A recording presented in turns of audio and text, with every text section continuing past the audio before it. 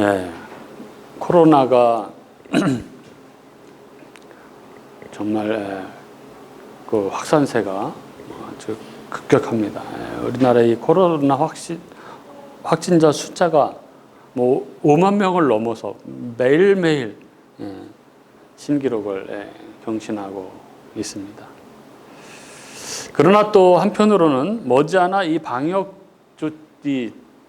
조치의 전환이 이루어질 것이라는 그런 뉴스가 나오고도 있습니다. 이 코로나19 이 변이, 이 오미크론 유행이 이게 소강 상태에 접어든 이 미국과 유럽, 뭐 덴마크, 스웨덴, 프랑스, 독일이 이 방역 지침 해제에 나서고 있죠.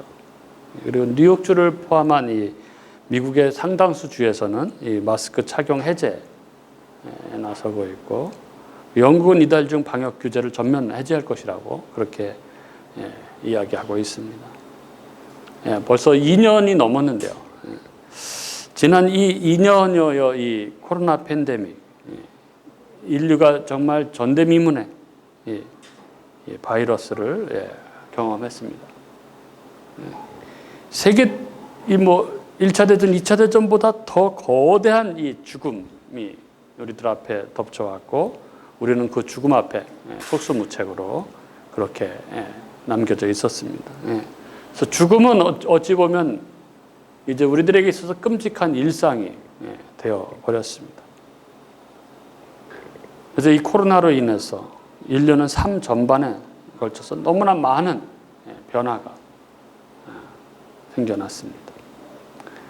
지난 월간조선 6호로 제가 이제 스크랩을 해놨던 게 있었는데, 이 김태환의 인간 칼럼이라는 부분이 있는데, 거기에 이어령 선생이 말하는 코로나의 역설, 죽음의 역설이라는 이런 글이 있었습니다.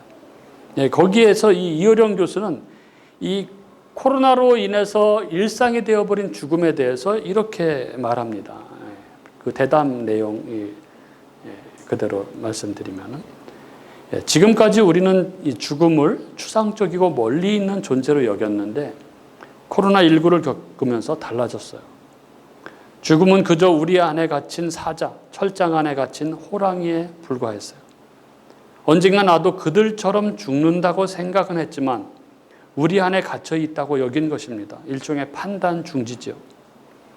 죽음이 갖는 무서움, 저놈이 날 잡아먹을 수 있다는 공포는 관념으로만 존재할 뿐이었죠.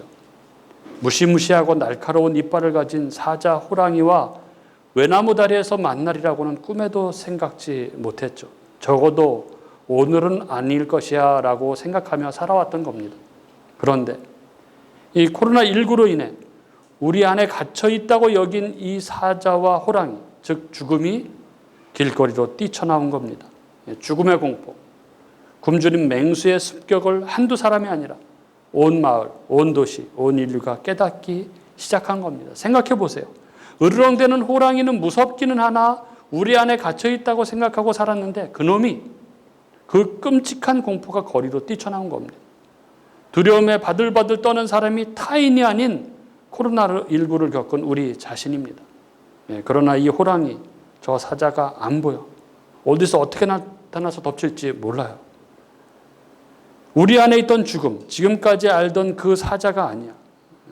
두렵지만 그래도 안심하고 봤던 그놈이 골목 어귀에서, 출근길 만원버스 안에서, 시장 가다가 딱 마주치게 된 겁니다. 존재하는 것은 모두 죽는다는 철학자나 성직자의 가르침보다 더 강렬하게 이 죽음이란 무시무시한 사자를, 저 괴물을 코로나19가 인류에게 보여주고 만 겁니다. 우리가 발딛고 섰던 인류의 문화, 문명이 원폭으로도 무너지지 않던 문명 문화가 조그마한 바이러스한테 허망하게 무너진 것이죠. 이어령 교수가 이 죽음이 일상이 된 이 상황을 표현한 이 내용들이 너무나 공감이 가지 않습니까? 그러나 그는 이 대담에서 이 코로나의 역설이 있다고 그렇게 말합니다. 제가 이 대담을 스크랩한 게 그 이어령 교수의 그 특유한 그 방대한 지식에서 나오는 그 그 현란한 그 표현들의 그 아름다운 표현들 뭐 이런 것에 압도되어서 제가 스크랩을 해놨었는데 그가 이 코로나의 역설에 대해서 정말 너무나 그 방대한 그의 지식을 토해내면서 하는데 그걸 제가 뭐 설명할 수는 없고 요약은 뭐 하면은 그런 겁니다. 뭐 팩트만 적자면은 1665년 이 패스트 흑사병이 창궐을 했을 때 영국 런던은 뭐 아수라장이 되었다는 것이죠. 인구 46만 명이었는데 그 중에 10만 명이 사망했고 3분의 2가 시골로 피난을 했다고 합니다. 그때 런던은 대부분 목조 건물이었다고 합니다. 그래서 뭐 쥐들이 들끓기 쉬운 그런 구조였다는 것이죠. 근데 이 패스트를 겪으면서 런던 시민들은 이 목재 대신에 돌과 벽돌로 도시를 재건하기 시작했다는 것이죠. 그래서 이 흑사병을 계기로 위생 개념이 등장하고 그것이 결국은 종교개혁, 산업혁명으로 이어졌다고 그렇게 이야기합니다. 그러면서 그는 지금의 코로나19도 비슷하다고 그렇게 말을 합니다. 이제 사람들이 이 죽음이 자기 일로 이렇게 비춰지기 시작했다는 것이죠. 즉 사람들이 코로나19를 통해서 메멘토 모리를 다시 깨닫게 되었다는 것입니다. 메멘토 모리는 자신의 죽음을 기억하라, 내가 죽을 것을 기억하라라는 그런 라틴어죠. 그래서 인류가 이 절대선, 초월적인 것을 못 느꼈는데 이 코로나로 인해서 초월적 상태로서의 자기 자신을 직면하게 되었다는 것입니다. 즉, 이 중세 이 패스트를 겪으면서 무신론이 나왔지만 또 한편으로는 더 기독교적인 것이 나왔듯이 이 코로나로 인해서 교회가 막 그 병균의 온상처럼 교회가 타격을 받는 것처럼 그렇게 보이기도 하지만 그러나 이것 때문에 더 기독교가 기독교답게 새롭게 보이고 그래서 기독교의 이 얼굴이 드러나는 기독교의 본연의 모습, 그 민낯이 드러나게 되었다고 얘기합니다. 이것을 영어로는 페르소나라고 이렇게 이야기하죠. 숨어있는 얼굴이 드러난 것입니다. 이 코로나19는 역설적으로 이 코로나19를 통해서 이 죽음이 일상화된 이 상황을 통해서 사람들이 이 예수님을 떠올리기 시작을 했다는 것이죠. 교회의 본 모습이 무엇인지, 인간의 모습이 무엇인지, 하나님의 모습이 무엇인지가 드러나기 시작을 했다고 그는 이야기합니다. 그래서 이 코로나19가 누구에게는 은총이고 누구에게는 고통이라고 그렇게 말을 합니다.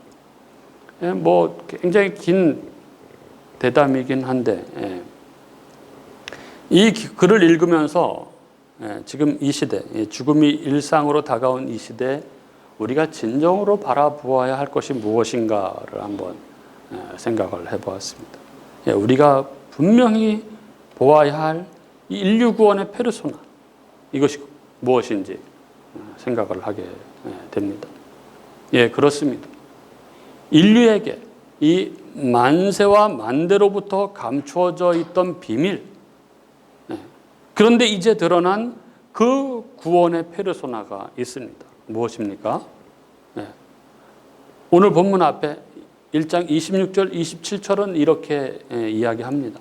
이 비밀은 만세와 만대로부터 감추어져 있던 것인데 이제는 그의 성도들에게 나타났고 하나님이 그들로 하여금 이 비밀의 영광이 이방인 가운데 얼마나 풍성한지를 알게 하려 하심이라. 이 비밀은 너희 안에 계신 그리스도니 곧 영광의 소망이니라 이렇게 말씀합니다. 만세와 만대로부터 감춰져 있던 비밀, 그런데 이제 그 성도들에게 나타난 이 비밀, 이 페르소나, 그것을 골로새서 1장은 그리스도라고 이렇게 증거합니다. 바로 우리 안에 계신 그리스도다 이렇게 말씀합니다. 그리고 골로새서는 이 비밀, 우리 안에 계신 그리스도를 영광의 소망이라고 이렇게 표현합니다. 우리가 진정 바라보아야 하는 방향, 즉 우리의 삶의 어떠함 속에서도 우리가 뚜벅뚜벅 믿음으로 걸어가야 하는 그 우리의 길이라고 이렇게 말씀을 합니다. 우리는 이 죽음이라는 실체를 바라보며 살아가는 시대를 경험했습니다. 이제 우리 주변의 죽음은 엄연한 실체로 우리 주변에 상존합니다. 그리고 이런 시대 상황 가운데 사람들은, 많은 사람들은 뭐 죽음 후에는 아무것도 없다 이렇게 생각을 하죠. 그래서 죽은 다음에 무로, 공으로 돌아간다 이렇게 생각하고 살아가는 사람들이 대부분입니다. 그래서 하루하루를 사는 것이죠. 이 땅에서의 삶을 목표로 그렇게 살아갑니다. 하지만 성경은 그렇게 이야기하지 않습니다. 성경은 우리에게 영광의 소망이 있다 이렇게 말씀합니다. 그리고 만세로부터 감추어졌던 비밀, 그 비밀이 나타났다고 말씀합니다. 그리고 그 비밀이 바로 우리 안에 계신 예수라고 이렇게 말씀합니다. 오늘 우리가 이 2장 1절부터 5절 말씀을 함께 나누는데요. 오늘 이 말씀 안에서 우리가 이 찬란한 이 비밀의 영광의 빛을 볼 수 있는 그런 은혜가 우리 한 사람 한 사람에게 임할 수 있기를 바랍니다. 오늘 본문을 함께 보도록 하겠습니다. 오늘 본문 2장 1절은 이렇게 말씀합니다. 내가 너희와 라오디게아에 있는 자들과 물은 내 육신의 얼굴을 보지 못한 자들을 위하여 얼마나 힘쓰는지를 너희가 알기를 원하는. 우리가 지난번에 앞에서 나누었듯이 이 골로새 교회와 그 바로 옆에 있는 라오디게아 교회, 이 교회들은 사도 바울이 개척한 교회가 아니죠.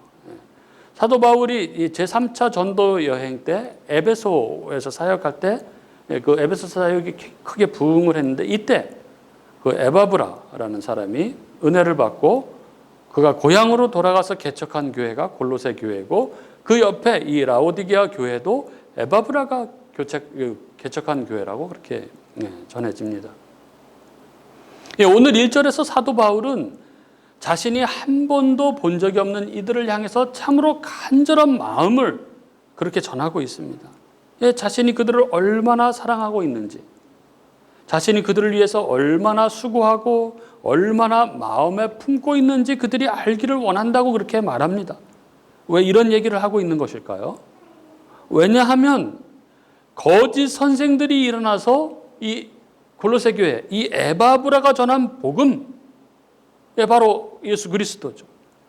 그가 보이지 아니하시는 하나님의 형상, 바로 하나님, 그분이 만물을 창조하시고 천지를, 세상 만물을 섭리하시는 분이시고 인간의 몸을 입고 이 땅에 오셔서 십자가에서 죽으시고 다시 살아나셔서 교회의 머리가 되시고, 그래서 모든 당신 백성들을 죄로부터 구원하시고 교회인 그 몸의 지체로 삼으셔서 하나님 앞에 완전한 자로 그렇게 재창조해 가시는 분, 만물의 으뜸이신 분, 그분을 믿음으로 죄사함을 얻고 영원한 하나님 나라를 상속받는다는 그 복음, 그 복음을 통해 잘 자라가던 이 교회가 이 거짓 선생들의 거짓 복음으로 흔들리고 분열되는 그 어려움이 왔기 때문에 그런 것이죠. 그래서 사도 바울이 안타까운 것입니다.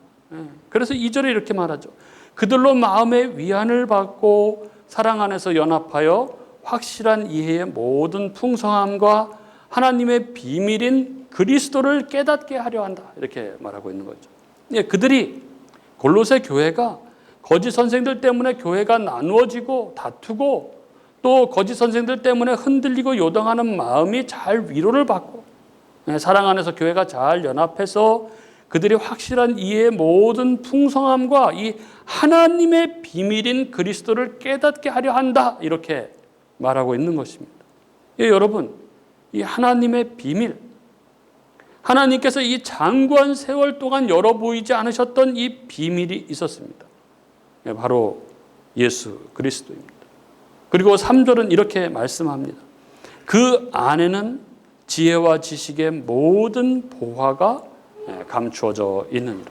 그 안에, 예수 그리스도 안에 지혜와 지식의 모든 보화, 죄인인 인간이 죄사함을 받고 구원에 이르는 그 지혜와 지식의 모든 보화가 그 안에, 그리스도 예수 안에 감춰져 있다. 이렇게 말씀합니다. 장구한 세월 동안 사람들은 그 비밀을 모르고 살았습니다. 하나님이 메시아를 보내주실 것이라는 것을 알고 기다렸지만 그 메시아가 이 보이지 아니하시는 하나님의 형상, 이 하나님이 사람이 되어 오실 줄은 아무도 상상을 하지 못했습니다. 메시아가 오셨는데, 메시아가 이 세상에 오셨는데 어떤 분이 오셨냐 하면 우리와 똑같은 분이 오셨습니다. 우리의 모든 연약함을 다 가지시고, 그래서 때로는 우시기도 하시고, 또 때로는 배고파하시기도 하시고, 또 때로는 목말라 하시고, 때로는 피곤해 하시는 우리의 육체를 그대로 가지고 우리와 똑같은 모습으로 그렇게 오셨습니다. 사람들은 다 특별한 인물을 기다리고 있었는데 너무나 평범한 우리와 똑같은 사람의 모습으로 이 땅에 오신 것입니다. 그렇게 우리와 똑같은 모습으로 오셔서 그분 생의 그 짧은 생의 말미에 고난을 당하시고 십자가에 달려 죽으셨습니다. 그냥 십자가에 달려 죽으신 것입니다. 실패자죠. 세상의 눈으로 보면 메시아가 그렇게 십자가에 못 박혀서 힘 한 번 제대로 못 쓰고 그냥 죽으신 것입니다. 그래서 3년을 그를 따라냈던 제자들도 다 배반하고 도망을 칩니다. 그를 메시아라고 생각했던 사람들은 아마도 마지막까지도 아마 간절히 기대했을지 모릅니다. 십자가에 달리신 그분이 갑자기 기적이 일어나서 그 박힌 못이 다 뽑혀나가고, 갑자기 힘이 불끈불끈 솟아올라서 밧줄이 다 풀어지고, 그래서 십자가에서 그 밧줄 다 풀어 제치고 십자가에서 내려오셔서 로마 군인들, 로마 병정들, 그리고 그 서기관들과 바리새인들 다 쓸어버리시고 내가 메시아다, 내가 메시아다 하는 이런 기적을 기대했을지 모릅니다. 그런데 그분은 십자가에서 그냥 신음하시다가 그렇게 힘없이 죽으셨습니다. 그리고 무덤에 장사되었습니다. 그런데 여러분, 이것이 하나님의 지혜, 하나님의 비밀이라고 성경은 말합니다. 억만 년 동안 숨겨져 왔던 하나님의 비밀이라고 성경은 말합니다. 여러분, 왜 비밀입니까? 세상은 상상하지도 못했습니다. 이게 무슨 일이 벌어진 것인지, 그분이 이런 일을 통해서 무슨 일을 하신 것인지 상상도 하지 못했습니다. 우리 주님, 하나님이신 그분이 인간의 모습으로 그렇게 오셔서 십자가에 죽으심으로 우리 같은 죄인들, 구원받을 만한 아무런 자격이 없는 우리들, 자랑할 것이 없고 아무것도 내세울 것이 없는 우리들, 그저 죄악으로 똘똘 뭉쳐서 죄악 가운데 살아가는 우리들, 그 우리들에게 예수님께서 그 연약한 인간의 모습으로 이 땅에 오셔서 그렇게 십자가에 죽으심으로 우리는 아무것도 한 게 없는데, 아무런 자격과 조건이 없는 우리들에게 그 예수 십자가의 사역에 근거해서 우리의 모든 죄를 사하시고 우리를 구원하시는 하나님의 지혜, 하나님의 구원의 능력이 우리에게 임하게 된 것입니다. 이것은 세상이 도저히 이해할 수 없는 비밀입니다. 이 비밀, 이것은 시크릿이 아니라 미스테리입니다. 미스테리, 신비입니다. 여러분, 말이 안 되는 것이죠. 인간의 생각으로는.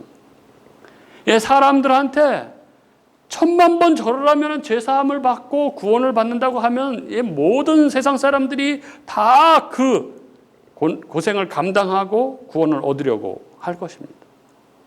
사람들에게 특별한 지식, 세상이 알지 못하는 지식을 가지면 구원을 얻는다고 말하면 사람들은 그 지식을 얻기 위해 별의별 짓을 다 하려고 할 것입니다.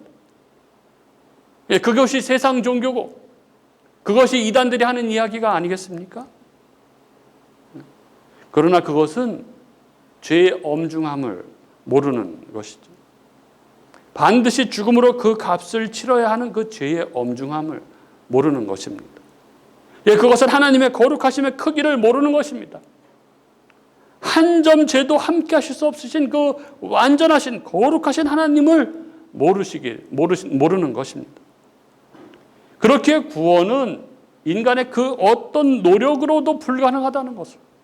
그래서 구원은 인간이 아니라, 인간 내부에서가 아니라 외부에서 주어져야 한다는 것을 그들은 모르는 것입니다. 그래서 이 엄중한 죄의 문제를 해결하기 위해서 죄가 없으신 죄물, 하나님이 인간의 몸을 입고 오셔야 한다는 것을, 그래서 우리의 죄를 대신 짊어지시고 십자가의 죽으심으로, 우리 죄를 대신해서 죽으심으로 우리의 죄값을 치를 수밖에 없다는 것을 모르는 것입니다. 그리하여 그 믿는 자들에게 이 하나님의 의, 예수 그리스도를 덧입혀 주어야만 인간이 의로우신 하나님 앞에 설 수 있는 그 의를 얻을 수 있다는 것을, 그 구원에 이룰 수 있다는 것을 모르는 것입니다. 예, 그 하나님의 비밀, 만세 동안 감추어져 있던 이 하나님의 비밀, 그것이 바로 예수입니다. 그 안에, 그 예수 안에 구원과 관련된 모든 지혜와 지식의 모든 보화가 감추어져 있습니다. 그런데 여러분, 사도 바울이 왜 이런 이야기를 합니까? 이런 이야기를 하는 이유가 뭘까요? 예, 4절에 그 힌트가 있죠. 4절에 보면 이렇습니다. 내가 이것을 말함은 아무도 교묘한 말로 너희를 속이지 못하게 하려 합니다. 이렇게 적고 있죠. 예, 누군가가 와서, 거짓 교사들이 와서 골로새 교인들을 속였습니다. 예, 예수가 다가 아니다. 예, 예수 믿는 것만 가지고 구원받는 것이 아니다. 이렇게 이야기를 한 것이죠. 그러면서 그들이 속였습니다. 예, 구원에 이르는 특별한 지식이 있다. 예, 구원에 이르려면 예수만 믿어서는 되는 것이 아니라 율법도 지켜야 한다. 어떤 것을 해야 한다. 이렇게 그들을 속였던 것입니다. 그런데 그들을 어떻게 속였습니까? 예, 교묘한 말로 이렇게 되어 있죠. 교묘한 말로. 여기에 교묘하다는 것은 그럴듯하다, 설득력이 있다, 이런 의미입니다. 예, 그래서 우리가 절대 오해하면 안 되는 것이, 예, 이단이나 이 엉터리 교훈을 가르치는 사람들이 막 이상한 사람들이 아니라는 것이죠. 뭐 머리에 뿔나고 막 험악하고 막 그렇게 생긴 사람들이 막 말도 안 되는 얘기를 해서, 예, 우리를 속이려고 한다는 것이 아니라는 것입니다. 여러분, 이단의 특징은 전혀 그렇지 않다는 것입니다. 예, 전혀 막 이상하게 생기지도 않았고 그들이 하는 말이 이상하지도 않게 들린다는 것입니다. 막 설득력 있어 보이고 그럴듯하게, 예, 들리는 말로 우리를 속인다는 것이죠. 예, 신천지가 와서 이야기를 합니다. 예, 성도는 성경 공부를 해야 한다. 뭐 어디가 틀린 얘기입니까?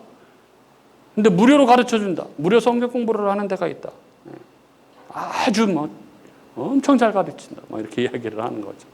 예, 성경을 바로 알아야 되지 않느냐. 틀린 얘기 하나도 없습니다. 예, 그들이 이야기하는 거 보세요. 그 전단지에도 보면 구원의 문이 몇 개인가요? 예, 구원으로 들어가는 문은 한 개죠. 예. 그들이 다 성경을 이야기합니다. 성경 구절을 이야기합니다. 근데 성경을 이야기하는데 아주 교묘하게 우리가 그동안 들은 복음이 다 엉터리라고 이야기하는 것이죠. 예, 우리의 들은 복음을 흔들어 놓습니다. 예, 성경은 비유, 상징, 비밀로 감춰져 있기 때문에 이 비밀을 직접 하나님에게 계시를 받은 사람의 비유풀이를 들어야 한다, 이렇게 가르치는 거죠. 이만이 있죠. 예, 결국 그 비유대로 가면 어떻게 됩니까? 예, 신천지 교주 이만희가 성경이 말하는 보혜사고, 대언자고, 이긴 자고, 새 요한이고, 재림예수고, 보혜사 성령님이고 하는 거죠. 황당한 이야기인데 아주 교묘하게 말함으로써 속아 넘어가게 되는 것입니다. 말이 안 되는 얘기인데 아주 교묘한 비유로 설명하면서 자기 마음대로 해석하고 적용해서 자기도 주장을 펴는 것이죠. 말도 안 되는 이야기인데 그런 것이죠. 일례를 들자면 이런 것입니다. 예. 신천지의 그 본부가 과천에 있죠. 예. 신천지 장막 선전을 과천에 세울 수밖에 없었던 이유를 그들이 이렇게 설명을 합니다. 예, 과천은 이 청계산 밑에 위치하는데, 이 청계산 할 때 이 개가 신해, 내천자잖아요. 그러니까 신해를 뜻한다는 것이죠. 그래서 모세가 시내산에서 율법을 받았듯이 새로운 메시아는 청계산에서 계시를 받는 것이 당연하다. 이렇게 이야기합니다. 정말 얼마나 황당한 이야기입니까? 예, 시내산의 시내가 개천이라는 의미입니까? 예. 시내산의 시내는 히브리어로 시나이죠. 그걸 개천하고 아무 상관이 없습니다. 예. 그냥 지명이죠. 근데 이렇게 황당하게 해석을 하는 것이죠. 예, 그들에게 있어서 성경 본래 의미는 중요하지 않고 이렇게 신비스러운 해석이 더 중요한 것이죠. 그런데 사람들이 이 교묘한 말에 속아 넘어가는 것입니다. 예. 이게 이단의 특징이죠. 교묘한 말로 미혹하는 것입니다. 예. 이래서 이 사람이 미혹되면 무서운 것이죠. 이 미혹이라는. 여러분, 우리가 이단하면은 막 거짓으로 사람들을 도와주고 뭐 자기들한테 끌어들이려고 뭐 거짓으로 뭐 헌신적으로 도와준다고 그렇게 생각을 하시죠? 천만의 말씀입니다. 절대 그렇지 않습니다. 그들은 진짜입니다. 진짜 도와줍니다. 진심으로 도와줍니다. 그래서 사람들이 거기에 다 넘어가는 거예요. 왜 이들이 이렇게 진심으로 합니까? 자기들만 구원받았다고 믿는 것이죠. 자기들이 가지고 있는 진리가 진짜 진리라고 믿는 것입니다. 미혹된 것이죠. 미혹된 것입니다. 그래서 그렇게 미친 듯이 그렇게 전도하고 다니는 거 아닙니까? 예, 그래서 절대 속지 말아야 합니다. 그 교묘한 말에 미혹되지 말아야 합니다. 예, 오늘 설교는 사실 이 한마디를 하기 위한 것이죠. 예. 사랑하는 우리 교우님들, 모든 지혜와 지식의 보화가 예수 안에 있습니다. 모든 지혜와 지식의 보화가 예수 안에 있습니다. 예수 안에 구원의 모든 지혜와 지식이 있습니다. 예수만으로 부족하다거나 거기에 무언가가 보태져야 한다는 모든 말들은 다 이단 사설에 불과합니다. 사랑하는 우리 교우님들, 이 하나님의 비밀, 이 하나님의 구원의 페르소나, 이 예수 안에 있는 이 지혜와 지식, 우리 교우님들은 이것을 발견하셨습니까? 예, 정말 이 안에, 이 예수 안에 구원과 그 하나님 나라, 그 모든 보화가 이 안에 가득합니다. 렘브란트의 이 밭에 숨겨진 보물의 비유라는 그림이 있습니다. 예, 보신 분 있으신지 모르겠습니다. 렘브란트 잘 아시죠? 예. 성경 말씀을 그림의 소재로 많이 사용하는 그런 화가인데, 예, 그 그림 안에 자기 자신을 이렇게 또 삽입하기로 또 아주 유명한 화가입니다. 그래서 렘브란트는 그리스도를 조롱한 그 군인 중에 한 사람을 자기를 집어넣기도 하고, 십자가에서 내리시는 그 예수를 표현한 그 그림에 그 예수를 안고 있는 사람이기도 하고, 또 아버지를 떠나 가산을 탕진하고 돌아오는 그 탕자를 자신의 모습으로 그리기도 합니다. 그가 1630년에 그린 이 밭에 숨겨진 보물의 비유라는 그림은 우리가 잘 아는 이 마태복음 13장 44절 이 말씀이 배경입니다. 천국은 마치 밭에 감추인 보화와 같으니 사람이 이를 발견한 후 숨겨두고 기뻐하며 돌아가서 자기의 소유를 다 팔아 그 밭을 샀느니라 하는 이 말씀이죠. 예, 지폐가 없었던 고대 사람들은 금이나 은, 보석 같은 보물을 간직했고, 이 전쟁이나 위험으로부터 보물을 지키기 위해서 땅에 묻어두곤 했던 것이죠. 그러다가 이제 주인을 잃은 보물은 기약 없이 땅에 묻혀 있기도 했던 것입니다. 예. 이 렘브란트의 이 그림을 보면은 이 밭에 감춰진 보화를 발견한 사람이 정말 리얼하게 어떻게 그림을 이렇게 그릴까 막 생각할 정도로 정말 리얼합니다. 예. 이 그림 오른쪽 뒤쪽으로는 오래 관리되지 않는 듯 이 담쟁이 덩굴이 무성한 이 성벽 입구가 보이고, 왼쪽 뒤로는 넓은 평야가 이렇게 펼쳐져 있습니다. 그 화면 중앙에 이 보물을 발견한, 땅속에서 보물을 발견한 한 남자가 이렇게 중심으로 이렇게 딱 그려져 있습니다. 그리고 화면 오른쪽 바닥 쪽에 깊숙이 파인 땅 속에 금, 은 그릇을 포함한 귀한 보화들이 이렇게 묘사되어 있죠. 이 농부는 오른손에 삽을 들고 왼손엔 빈 광주를 쥐고 있습니다. 이 렘브란트 자신을 묘사한 거죠. 이 그림에 보면은 이 보물을 발견한 이 농부, 이 남자의 표정이 정말 압권입니다. 보면 볼수록 너무 그 보화를 발견하고 그래서 이 긴장하며 이 주변을 이렇게 살피는, 와, 이거 어떡하지? 막 이런 표정이 너무나 역력합니다. 보화를 발견한 사람은 이런 것이죠. 우리는 알죠. 이 농부가 어떻게 합니까? 자신의 모든 소유를 다 팔아서 이 밭을 삽니다. 왜요? 거기에 어마어마한 보화가 묻혀 있기 때문에 그런 것이죠. 여러분, 이 보화가 무엇입니까? 이 보화가 바로 예수 그리스도, 그 안에 있는 하나님 나라입니다. 사랑하는 우리 교우님들, 다시 한번 말씀드리지만 예수 안에 이 보화가 다 있습니다.